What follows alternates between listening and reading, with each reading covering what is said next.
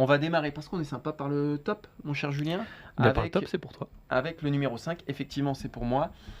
Et je veux vous parler d'un Anglais de Reims, Balogun, évidemment.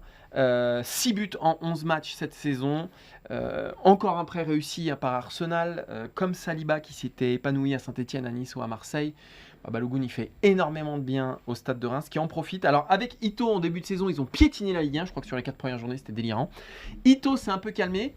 Balogun moins, alors il n'a pas marqué sur les 2 derniers matchs, je crois que d'ailleurs Reims n'a pas marqué sur les 2 derniers matchs, donc Reims est complètement déjà otage de Balogun et de son état de forme, mais voilà, il a marqué la Ligue 1 par ses déplacements, par sa vitesse, donc c'était évident qu'il figure dans ce top 5 à la 5e position. Heureusement qu'on devait se limiter à 30 secondes, Ça Martin. fait 30 secondes, pile poil, regarde, j'ai le chronomètre. 4e, Mvogo, gardien de Lorient, lui aussi arrivé évidemment cet été, en provenance d'Allemagne. Il avait été prêté aux Pays-Bas, ça s'était pas bien passé ni en Allemagne ni aux Pays-Bas.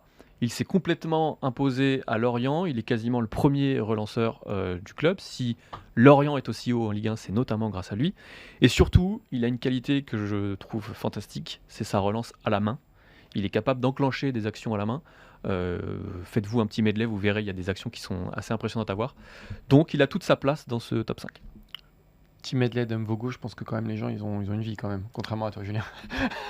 Mais il y a beaucoup de nos auditeurs qui aiment le football, Martin. C'est vrai. Contrairement à moi. En 3, quand même un joueur du PSG, Vitinha, qui a changé beaucoup de choses dans le milieu du Paris Saint-Germain. Il a enfin apporté un vrai pendant à Marco Verratti, c'est-à-dire qu'on est enfin sur un milieu de terrain qui coche les 2 cases, à savoir à la récupération et dans la construction du jeu. Et c'est là-dedans que Paris s'était un peu cassé les dents ces dernières années en recrutant beaucoup au milieu, mais pas franchement toujours en adéquation avec ce qu'il voulait faire. Vitinha a changé une partie du Paris Saint-Germain. Regardez son match face à l'OM.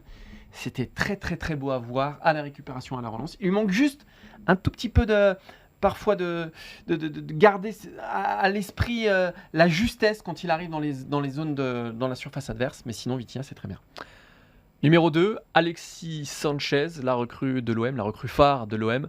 Pourquoi ? Parce que c'est 6 buts en 12 matchs, mais parce que c'est aussi une influence colossale sur le reste de ses coéquipiers. On avait des doutes sur sa condition physique. Finalement, il presse plus que quasiment tous les joueurs de Ligue 1.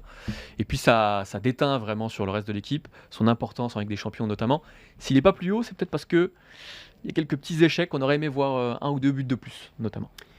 Numéro 1, l'homme qui a métamorphosé le RC Lens, c'est Brice Samba. L'an dernier, c'était Farinaz et Leca, donc qui se succédaient dans la cage de Lens. Il y avait un besoin. Il y avait un vrai besoin parce que aucun des deux ne s'était vraiment imposé. Il y avait un point faible. Samba a complètement comblé ce manque. Aujourd'hui, Lens est la 2e défense de Ligue 1. Surtout, Lens joue le titre à l'heure où on se parle.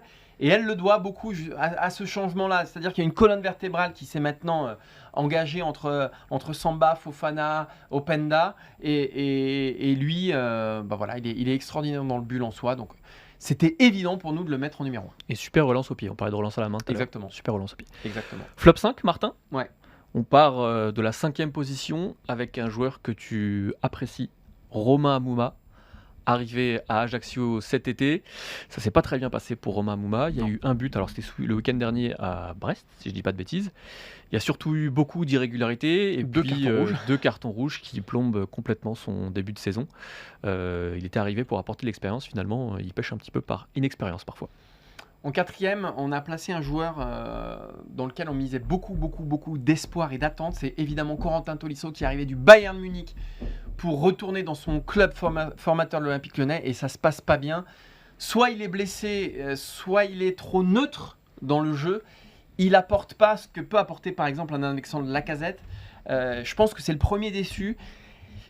J'ai très peur, moi, pour la suite de sa carrière, quand on voit qu'il ne s'en sort pas de ses problèmes physiques, il y a toujours quelque chose. Donc, c'est triste pour Corentin Tolisso, qui nous a quand même fait gagner une Coupe du Monde, on le rappelle, mais qui aujourd'hui est très très loin de son meilleur niveau. Numéro 3, un autre gardien, Kasper Schmeichel. Alors lui, c'est pareil, il avait un grand vide à combler après le départ de Benitez à Nice. Finalement, c'est tout le contraire. Il a fait beaucoup d'erreurs, beaucoup de boulettes, des erreurs de relance notamment. On se souvient de celle face au PSG qui a coûté très cher. Et puis, nos confrères de l'équipe le disaient, il ne fait pas du tout l'unanimité en interne, c'est le moins qu'on puisse dire. Et on parle déjà d'un départ. Ça en dit long sur la saison, la demi-saison de Kasper Schmeichel à Nice. En numéro 2, un flop gigantesque, c'est Minamino. Une titularisation seulement en Ligue 1, je crois que c'était lors de la 2e journée. Depuis, il est soit sur le banc tout le match, soit il rentre pour les fins de match. Et on attendait autre chose pour un joueur venant quand même de Première Ligue, de Liverpool, pour 15 millions d'euros. Et ce qu'on voit, c'est un joueur trop léger, notamment dans les contacts, assez brouillon, qui prend pas, voire jamais les bonnes décisions. Bref, pour l'instant, alors peut-être qu'il y aura une période d'adaptation. On se souvient de Golovin quand il est arrivé et qui a eu du mal et qui finalement a fini par briller à Monaco. Mais pour le moment, c'est un peu la cata, Minamino. Et puis, numéro 1, on a mis Mohamed Bayo, Martin, arrivé à Lille. À l'unanimité. Hein. Après une saison très encourageante avec Clermont, finalement, il n'y a que 2 titularisations, il n'y a aucun but, et puis il y a surtout l'extra sportif. Il s'est fait remarquer pour une sortie nocturne, il a été mis à l'écart. Il y a aussi la question de la méforme physique. Bref, Lille avait investi quand même beaucoup d'argent sur lui, et finalement, il ne fait quasiment plus partie des plans de Paulo Fonseca.